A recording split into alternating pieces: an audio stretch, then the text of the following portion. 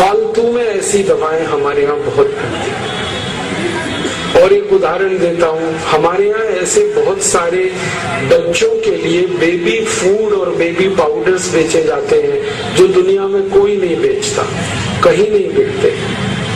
हमारे देश में जो छोटे छोटे बच्चे हैं उनके लिए बेबी पाउडर के नाम पर बहुत सारे ब्रांड हैं, सेरेलक है, नेस्टम है, लैक्टोजन है। ये दुनिया में कहीं नहीं बिकते। अगर आप अमेरिका जाएंगे किसी दुकान में नहीं मिलेगा ये आपको, यूरोप में भी नहीं। अमेरिका यूरोप में तो हम लोग देखते हैं कि वहाँ बड़े बड़े शहरों में होर्डिंग्स लगाए जाते हैं और उन पर लोगों को समझाने के लिए लिखा जाता है baby powder not baby killer. वो कहते हैं कि ये बेबी पाउडर नहीं है, बच्चों को मार डाले ऐसी चीज। अमेरिका यूरोप में कोई अपने बच्चों को ये नहीं देता, नेस्टम, सेरेलक, लैक्टोजन। लेकिन भारत में पता नहीं कितने परिवारों में बच्चों को ये खिलाया जा रहा है। पैसे भी बर्बाद हो रहे हैं, बच्चे भी खराब हो रहे हैं। मैं बहुत बार भारत सरकार के मंत्रियों से ये कहता हूँ कि जब कोई दवा अमेरिका में बंद हो चुकी है, कनाडा में बंद है, यूरोप के देशों में बंद है और विश्व स्वास्थ्य संगठन ने उसे बंद करने का आदेश दे रखा है, तो आप उस दवा को भारत में क्यों बंद नहीं करते? तो इसका गोल गोल जवाब देते हैं।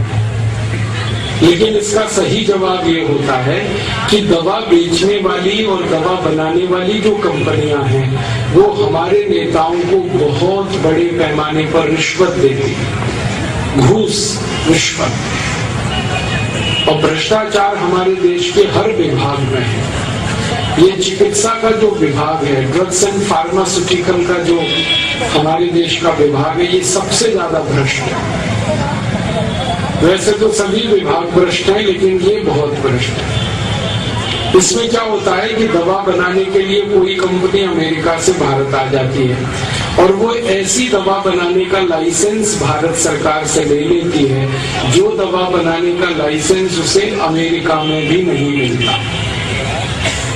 मैं आपको एक पूरा उदाहरण से बात समझाऊंगा। हमारे भारत में एक अमेरिका की कंपनी है, उसका नाम है प्रॉक्टर एंड गैम्बल।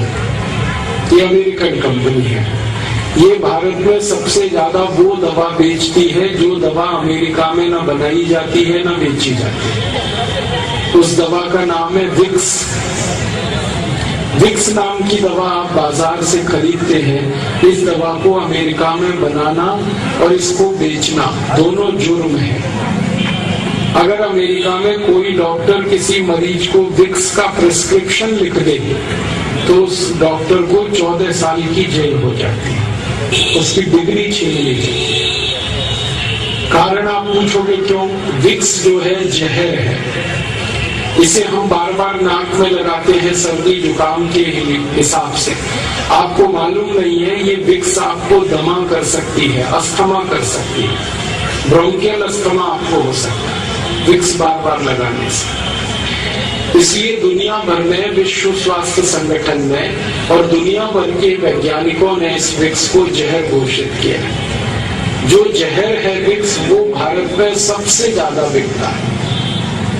आप रायगढ़ में किसी केमिस्ट की दुकान पर सवेरे से शाम तक खड़े होकर ये देखिए कि कौन सी दवा सबसे ज्यादा बिक रही है, तो वो एक ही दवा है, विक्स।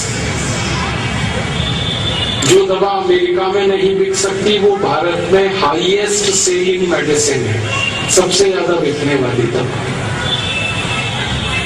कारण क्या है? हमारे देश की सरकार ने प्रॉक्टर एंड गैम्बल कंपनी को लाइसेंस दे रखा है विक्स बनाने का और वो धड़ल्ले से बना रही है। टेलीविजन पे रोज उसका विज्ञापन आता है, जबकि कानून के हिसाब से किसी दवा का विज्ञापन टेलीविजन में नहीं दिया जा सकता। ये कानून है। हमारे भारत में भी ये कानून है, अमेरिका में तो है ही ये कानून। सैकड़ों बार आता है और सरकार कुछ करती नहीं, क्योंकि वो सरकार ही है जो उसको लाइसेंस दे के बैठी है। और ये कैसे होता है?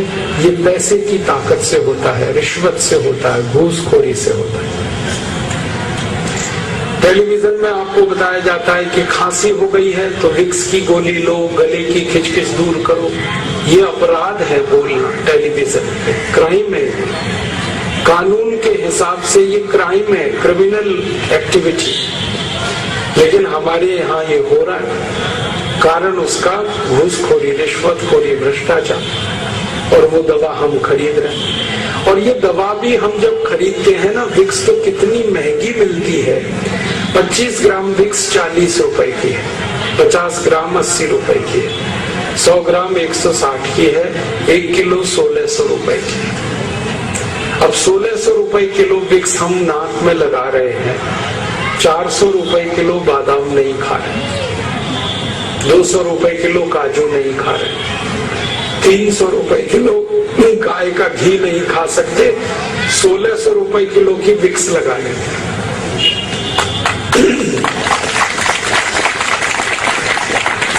आपको मालूम है ये विक्स बनती किससे है? ये बनती है पेट्रोलियम जेली से। और पेट्रोलियम जेली अगर बाजार से आप खरीदो तो 60-70 रुपए किलो में सबसे अच्छी क्वालिटी की मिल जाती है। घटिया क्वालिटी की पेट्रोलियम जेली खरीदो 15, 20, 25 रुपए किलो में मिल जाती है। तो जो दवा 50-60 रुपए किलो में बाजार में मिल रही है पेट्रोलियम जेली, उसको एक अमेरिकन कंपनी 1600 रुपए किलो में बेच रही है। ऐसी लूट मचा रखी है इस देश में। अगर आप गणित का हिसाब निकालेंगे तो विक्स की बिक्री में इस प्रॉक्टर एंड गैम्बल कंपनी को 20,000% से ज्यादा का मुनाफा है। और ये मुनाफा आपकी जेब से लूटा जा रहा है और सरकार इस घोटाले में शामिल है। सरकार ने लाइसेंस दे रखा है, आंखें बंद कर रखी है, कंपनी लूट रही है पूरे देश को। और दवा ऐसी बेची जा रही है जो कहीं नहीं बिकती पूरी दुनिया। हम सब लोग विदेश प्रवास पे जाते रहते हैं और कई बार वहाँ के डॉक्टर्स और चिकित्सा विशेषज्ञों से बातें करते हैं तो वो हैरानी से हमसे ये पूछते हैं कि भारत में ये कैसे संभव होता है कि पॉइजन मेडिसिन को बेचा जाता है, एक जहर दवा को बेचा जा सकता है भारत। ये हमारे यहाँ होता है। और एक उदाहरण देता हूँ, एक विदेशी कंपनी हमारे यहाँ एक दवा बनाती है और बेचती है, उसका नाम है आयोडेक्स। आपने इसका विज्ञापन सुना होगा, आयोडेक्स मलिए काम पे चलिए। ये आयोडेक्स नाम की दवा हर चोट और मोच के लिए आपको कहा जाता है कि आप इस्तेमाल करो। दुनिया में कोई देश नहीं है जो इसका इस्तेमाल करता है आयोडेक्स का। अमेरिका, कनाडा जैसे सब देशों में ये बंद है, 20 साल पहले बंद है, लेकिन भारत में धड़ल्ले से बिक रही है। फालतू में ऐसी दवाएं हमारे यहाँ बहुत बनती है। तो ऐसा हमारे देश में ये बहुत बड़ा घटाटोप है, घोटालेबाजी, रिश्वतखोरी में पूरा चिकित्सा व्यवस्था डूबी हुई है हमारी। और इस चिकित्सा व्यवस्था का एक कड़वा सच है और मैं पहले से आपसे माफी चाहता हूं, लेकिन जरूर वो कड़वा सच ये है कि ये जितनी बेकार की दवाएं हैं, फालतू की दवाएं, इरेशनल, इररेलेवेंट मेडिसिन, जहरीली दवाएं, इन सबको डॉक्टर्स आपको लिखते हैं एक ही लालच में कि उनको कमीशन मिलता है इन दवाओं को बिकवाने में।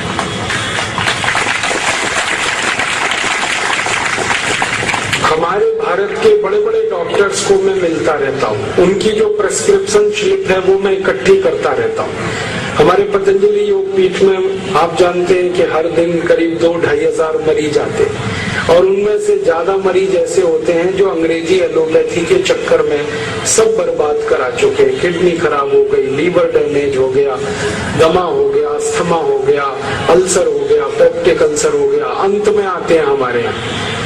तो पहले कहाँ इलाज कराया हम उनसे पूछते हैं, तो उनके प्रेस्क्रिप्शन स्लिप में देखता हूँ तो डॉक्टर्स की लिखी हुई ऐसी ऐसी दवाएं देखकर मैं हैरान हो जाता हूँ जिन दवाओं को कोई भी ईमानदार और संवेदनशील डॉक्टर अपने को नहीं खिला सकता, अपने घर परिवार के लोगों को नहीं दे सकता, वो दवाएं डॉक्टर मरीजों को लिखता रहता है।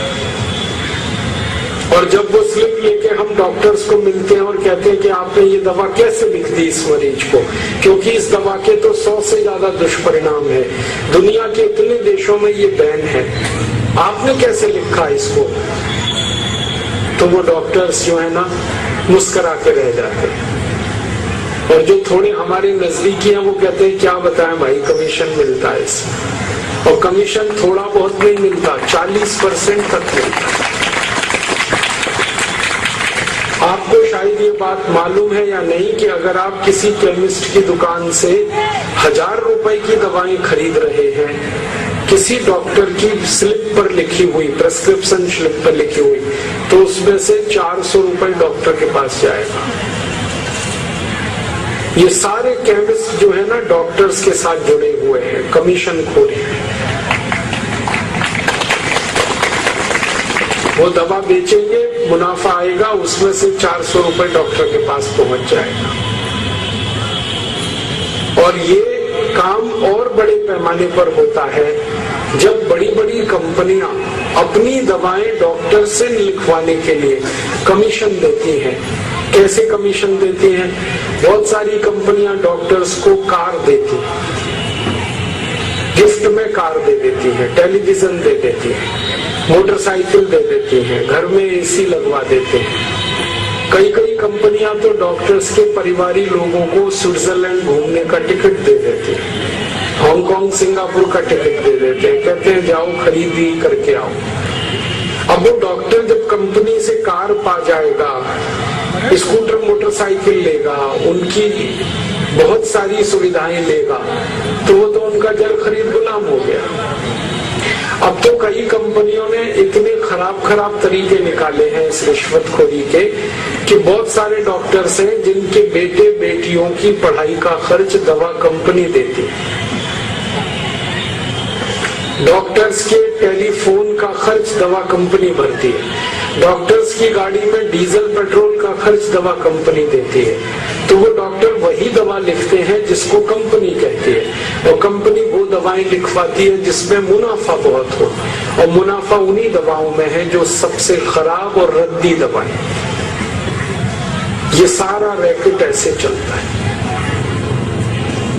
तो इस चक्कर में आप जो दवाएं खा रहे हैं, आप नहीं जानते कि उन्हीं दवाओं से आप और ज्यादा बीमार होते चले जा रहे हैं। आप नहीं जानते कि कितनी ऐसी दवाएं हैं जो आपके घुटने के दर्द के लिए जिम्मेदार है। जितनी एंटीपायरेटिक और एंटी एनाल्जेसिक मेडिसिन है, ये सब घुटनों का दर्द करते हैं। आपको गठिया होगा, संधिवात होगा, अर्थराइटिस होगा, ऑस्टियोआर्थराइटिस होगा, रूमेटॉइड अर्थराइटिस होगा, ये सब होता है। कितनी ऐसी दवाएं हैं जो आपको मोटापा लाती हैं। तो इसलिए मैं आप सभी से एक निवेदन करने आया, विनती करने आया कि आप बीमारी से नहीं, बेईमान डॉक्टरों से बचो। आप बीमारी से नहीं, ये बेकार की फालतू एलोपैथिक दवाओं